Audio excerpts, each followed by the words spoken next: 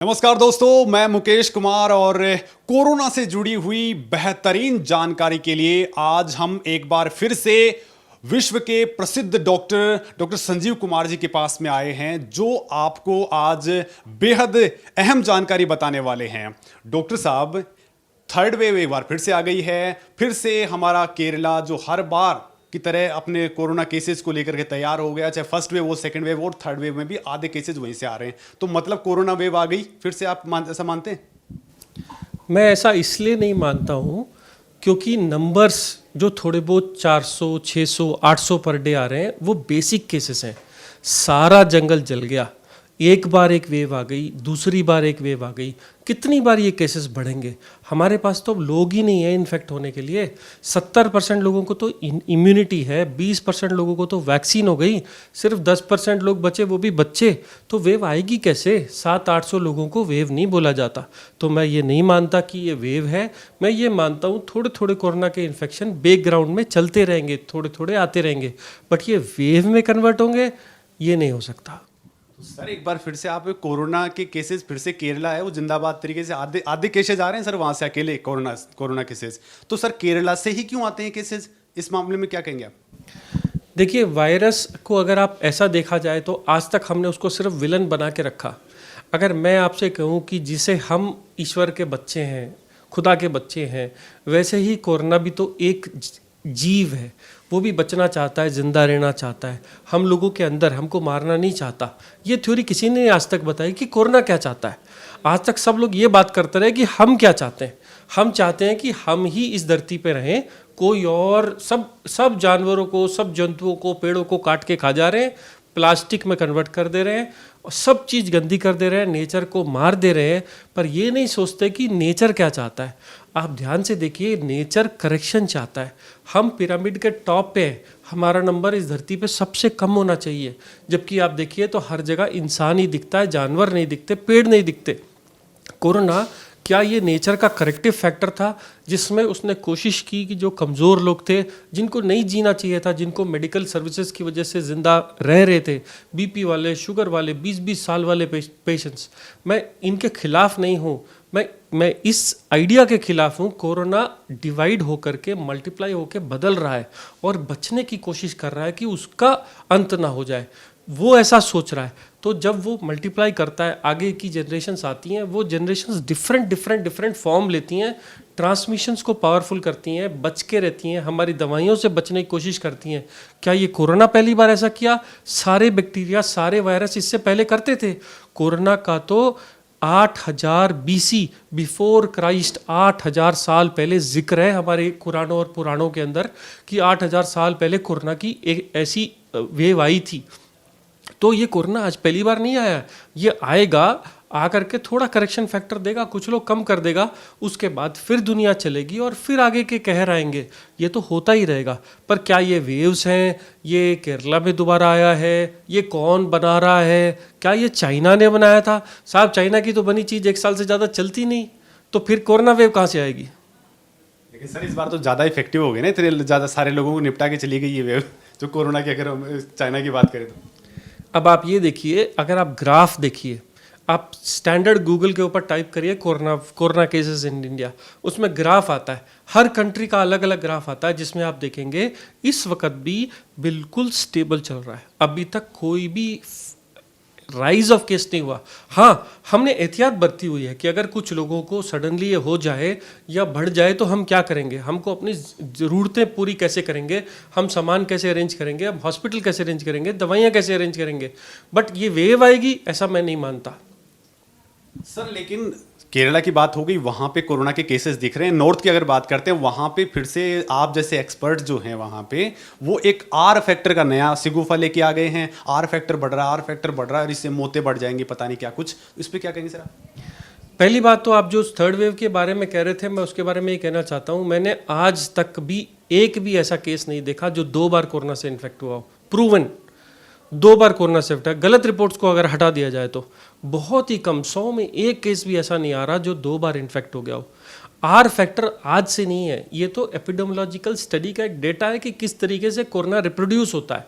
तो आपको नई नई मेडिकल टर्मिनोलॉजी सिखाई जा रही हैं। जब पहली बार आपको CT वैल्यूज़ बताई थी तो आप सीटी वैल्यू देख के डरते थे, अब सब लोगों को सीटी वैल्यू पता है, तो अब उनको नई नई स्टोरी बताओ। चलो अब पहले फिर उन्होंने रेमडेसिविर सिखाई, वो नहीं चली, तो चलो अब एक नई बात बताते हैं, तो चलो आज बता देते हैं आर फैक्टर।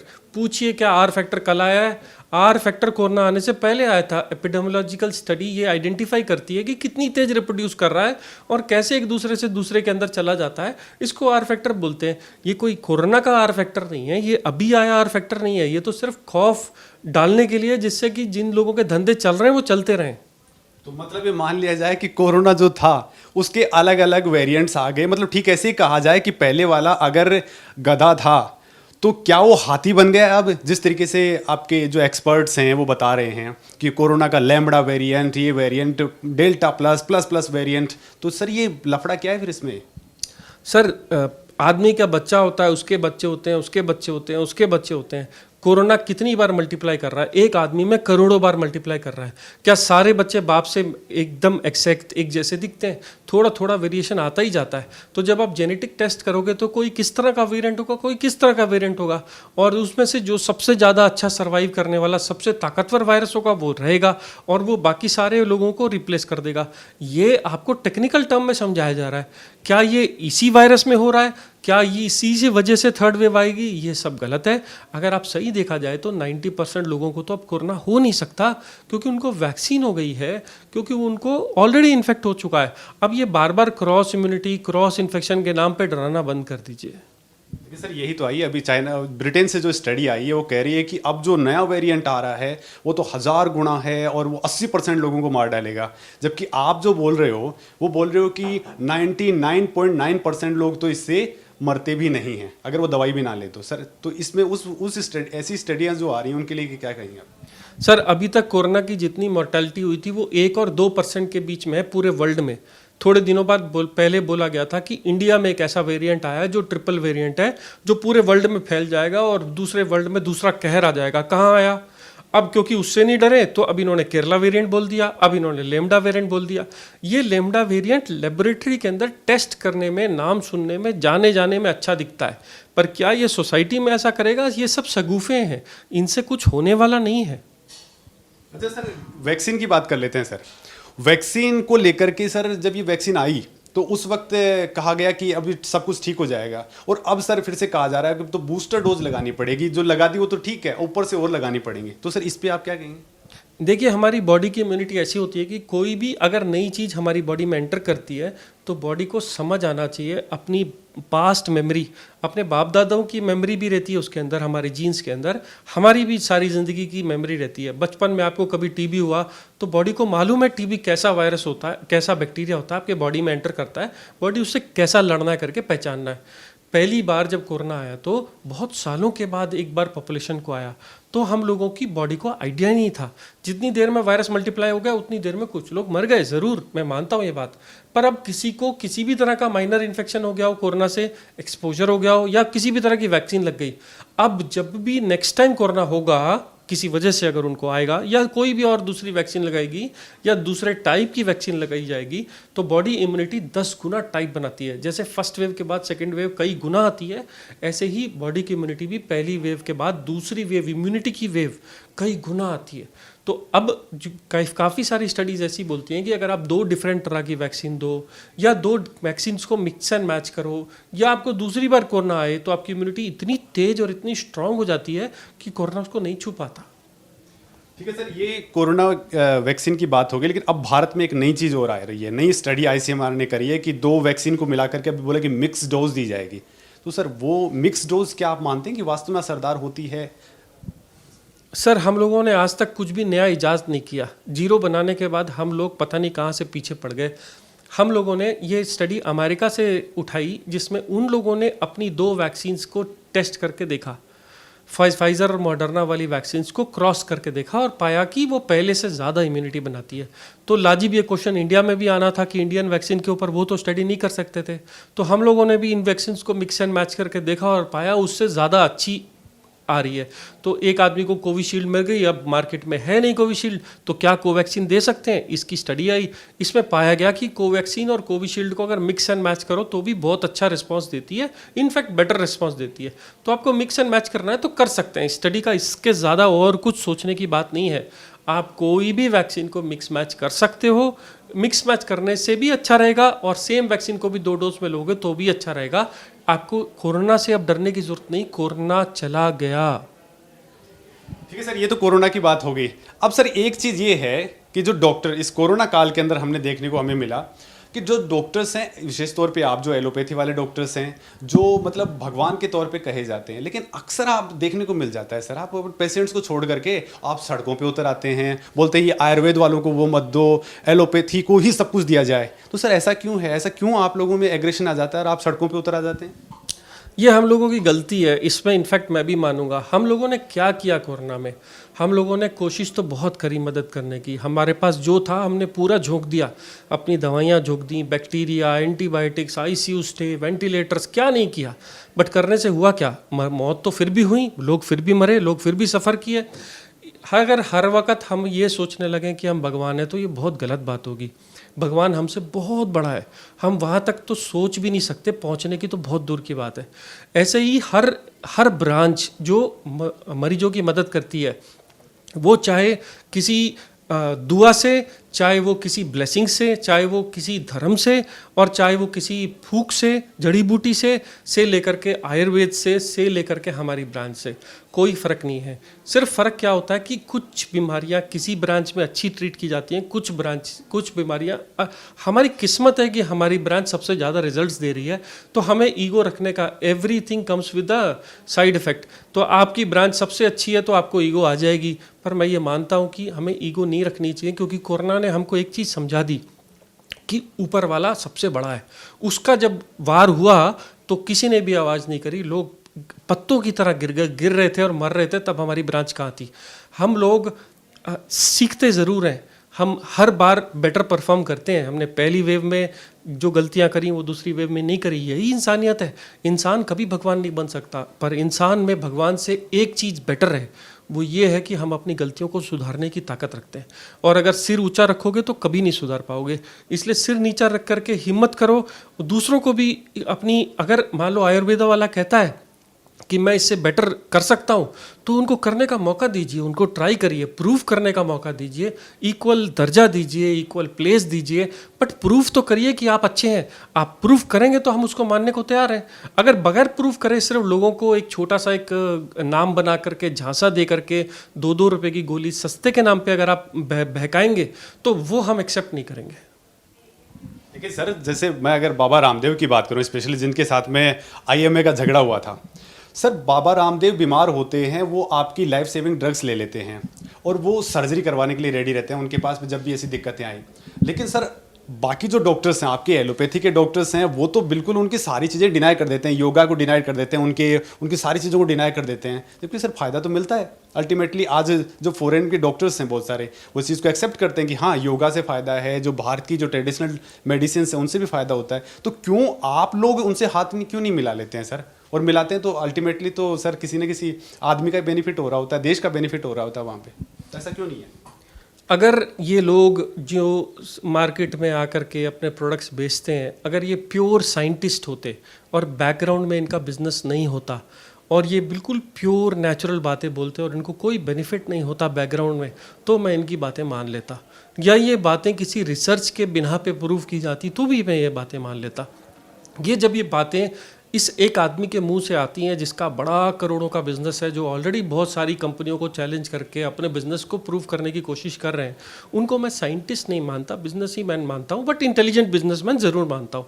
देखिए साहब, कोई भी ब्रांच अपने आप को योगा, आयुर्वेदा, तो हम लोगों से या बाबा रामदेव से कई साल पुरानी बातें हैं।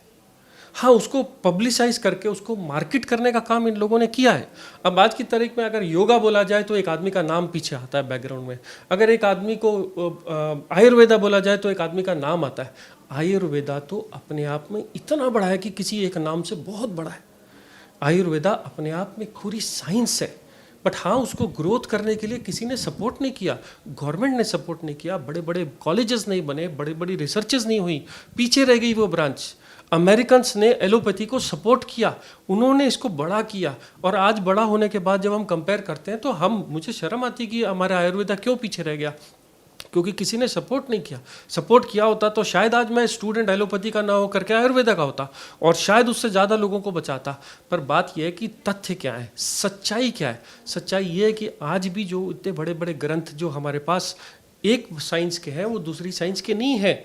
अगर आयुर्वेदा में ऐसे ग्रंथ लिखे जाएं और सरकार मदद करे, रिसर्चेस हों, आउटकम्स निकलें, तो जैसे आयुर्वेदा करने के बाद लोग हमारी दवाइयाँ लिखना शुरू कर देते हैं, हो सकता है हम भी कल उनकी दवाइयाँ लिखना शुरू करें, हम भी उनको मान्यता दें। जिस दिन मैं अपनी कलम से एक आयुर्वेदा दवा लिखना शुरू कर दूंगा तो मैं मान लूंगा कि वो जीत गए। तो सर, कुछ आपने कोरोना काल में देखा तो भारत की कौन सी ऐसी ट्रेडिशनल चीज़ें थी जिनसे कोरोना के अंदर बेटर फायदा मिला? क्योंकि सर ट्रीटमेंट के नाम पे तो आपके पास में केवल पैरासीटामोल थी, तो उसके बाद आपने साइड अगर कुछ ट्रेडिशनल तरीके अपनाए तो वो कौन कौन से तरीके थे जिनसे उनको बेनिफिट मिला लोगों को और वो फायदेमंद हैं रियलिटी में? सर, भारत एक सेंटिमेंटल देश है। यूएस में अगर एक डाटा रिलीज किया गया था, ऑस्ट्रेलिया में या यूएस में, कि अगर डॉक्टर को लगता है कि ये मरीज बचने वाला नहीं है तो आप जाके उसका इलाज मत करो, छोड़ दो, उसको मरने दो। अमेरिका में, ऑस्ट्रेलिया में, हिंदुस्तान में हमको ये पता भी है कि ये मर जाएगा तो भी हम उसको आखिरी वक्त तक नहीं छोड़ते। मरीज कहता है, अटेंडेंट कहता है, साहब मैं पूरा घर बेच के लगा दूंगा पर इसको मरने नहीं देना, और हमें पता होता है कि ये मर सकता है तो भी हम उसका इलाज करते हैं। ये सोच के भी इसका इलाज करते हैं कि हम हो सकता है 1% को उसको बचा लें। सेंटिमेंट्स, अपनापन, केयर, विश्वास। होम केयर ट्रीटमेंट वर्ल्ड को किसने सिखाया? हिंदुस्तान ने सिखाया। क्यों? क्योंकि हमारे पास रिसोर्सेस कम थी। आज की तारीख में यूएस में, अमेरिका में, हर जगह, ऑस्ट्रेलिया में, हर जगह होम केयर कहाँ से आई? हिंदुस्तान ने सिखाई। केयर कहाँ से आई? आज की तारीख में भी हमारी संसद ने सिर्फ मरने का कानून पास नहीं किया। मतलब डॉक्टर इंजेक्शन लगा के मरीज को मार नहीं सकता, नेचुरल डेथ हो जाए अलग बात है, बट इंजेक्शन लगा के नहीं मार सकता और मरने को छोड़ भी नहीं सकता। हमारा कानून इतना सख्त है कि किसी को मरने नहीं देता। कोशिश करो बचाने की, कोशिश करो आखिरी मोमेंट तक, कोशिश करो, अगर विश्वास ना हो तो भी कोशिश करो। ये हिंदुस्तान ने पूरे वर्ल्ड को सिखाया है और आगे भी सिखाता रहेगा। सर, ये तो बात हुई। मैं इस कोरोना काल में कोई ऐसे एग्जाम्पल्स आपके सामने आए जो बड़ी मानवीय तौर पे थे? एक दो लोगों ने बाकायदा आपके मामले में कहा कि वो लोग जब बाहर से आए थे उनको विश्वास ही नहीं था कि वो जिंदा रहेंगे, लेकिन एक दो के एग्जाम्पल मैंने खुद ने भी देखे हैं। सर, ऐसे एग्जाम्पल कितने का आप लोगों के देखे कि लोगों को लगा, आपको लगा कि वास्तव में मैं जो कर रहा हूँ मैंने बहुत कुछ पा लिया इस कोरोना काल में लोगों की इस तरह की सेंटिमेंट्स देख करके? सर, पहली बात तो डराया इतना ज़्यादा गया। पहले तो कोरोना आए तो ऐसा लगता था डेथ सेंटेंस है। अगर किसी मरीज को बोल दियो ना, साहब आपका रिपोर्ट पॉजिटिव आया, तो उसके आंख में से आंसू आ जाते थे। उसको ये लगता था कि अब दुनिया ख़त्म हो गई। और रिजल्ट्स जब आए, देखा कि वो लोग खुद ही रिकवर होते जा रहे हैं 90%। गांधी हॉस्पिटल का पहला केस में 12 डॉक्टर सामने आके बोले कि हमने ये इलाज किया, वो इलाज किया और वो मरीज बच गया। पहला कोरोना पेशेंट हैदराबाद का। क्या इलाज था? पता लगा कोई भी दवाई काम नहीं करती, सिर्फ विश्वास ही काम करता था। 98% लोग खुद ठीक हो जाते थे। बट एक चीज़ मैंने देखी, जब मरीज डरते थे तो उनको अपनी बीपी, शुगर वो बिगड़ जाती थी, डर जाते थे, वो किसी और वजह से चले जा रहे थे। चाहे वो हार्ट अटैक हो जा रहा था, चाहे वो ब्रेन का स्ट्रोक हो जा रहा था, उसकी वजह से चले जा रहे थे। तो बेसिकली हम लोगों ने एक चीज़ पाई, विश्वास बहुत बड़ी चीज़ थी कोरोना में लड़ाई करने के लिए, और कोई दवाई काम नहीं करी। ये दो चीज़ें आप ध्यान से सुन लीजिए। कोरोना में किसी दवाई ने काम नहीं किया, ये भी लॉ था। और दूसरा, कोरोना में विश्वास ने बहुत बड़ा काम किया और बहुत बड़ा योगदान दिया। तो ये विश्वास कहाँ से आया? ये विश्वास हमारी संस्कृति की देन है। हमारी संस्कृति ने हमें सिखाया कि विश्वास करें और तब इलाज हो जाते हैं। पुराने ज़माने में क्या करते थे, जब टीबी हो जाता था, दवाइयाँ नहीं होती थी, तो असाइलम में अलग करके छोड़ देते थे, अच्छा खाना देते थे, रहते थे। सब लोग मरते थोड़ी ना थे। 50% लोग फिर भी इम्प्रूव हो जाते थे। कोरोना में तो 99% लोग इम्प्रूव हुए थे। चलिए डॉक्टर साहब, बहुत बहुत धन्यवाद। इतनी बेहतरीन जानकारी आपने हमारे साथ में शेयर करी है और आप लोग भी ये जो इन्फॉर्मेशन है इसको ज़्यादा से ज़्यादा लोगों तक पहुँचाएं। धन्यवाद।